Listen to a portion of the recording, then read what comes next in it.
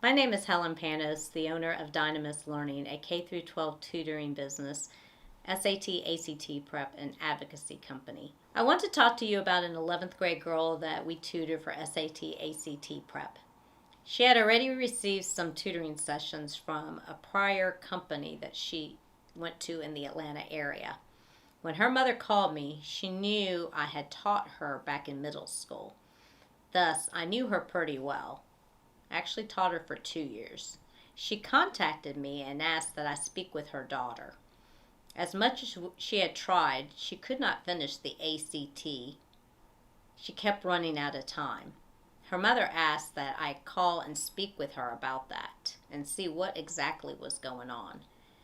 She felt she would be more open to speaking to me than her own mother. I get that a lot.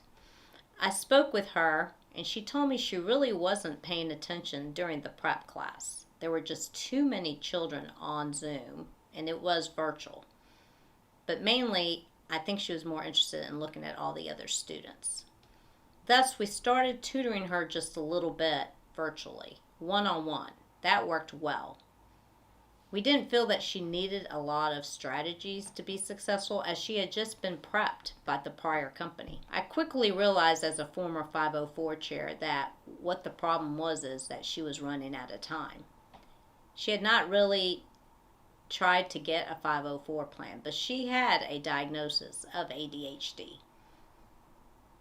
Thus, what we did is we called the school and set up a 504 meeting with her mother and her teachers. The first meeting didn't go quite as well. Other teachers were present, but not the core teachers that were needed, such as the language arts and the math teacher. They were missing because they were at other meetings. We didn't quite get what we needed, which was the extended time as an accommodation to the 504 plan. Thus, I then called the 504 chair at the high school, and we had a conversation about that. She directed me to ask the 11th grader to have her speak with her teachers so that she could see that there was a need, or they could see that there was a need in even the classroom in long-term projects and long writing assignments, that she needed the extended time that she also needed for the ACT prep. We gave her some time to do that a couple of weeks before we called another 504 meeting. I stayed on top of the student to make sure that she was speaking to her language arts and math teacher and that they were in agreement that the need was being shown for the extended time. She did finally do that right before the 504 meeting. So then the 504 meeting was coming up in May of her 11th grade year. We were running out of time. We all attended the second 504 meeting, including her mother and herself.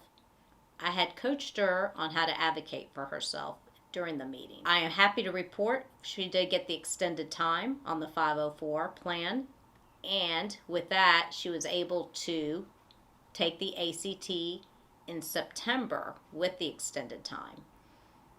You see, when you wait and get the extended time or any other accommodations on a 504 plan, the state board says you need to wait 6 months before you can use those accommodations.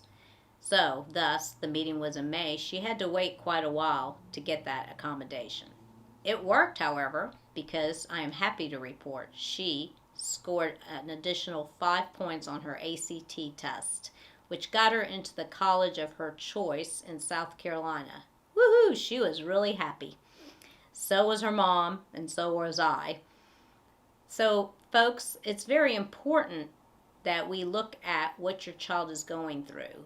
It may not be just about the strategies that they are missing. It could be something as simple as advocating for them and getting them the support through their teachers and the school to get them the extended time or any other accommodations needed when you're taking big tests that need to uphold your stamina for 3 hours.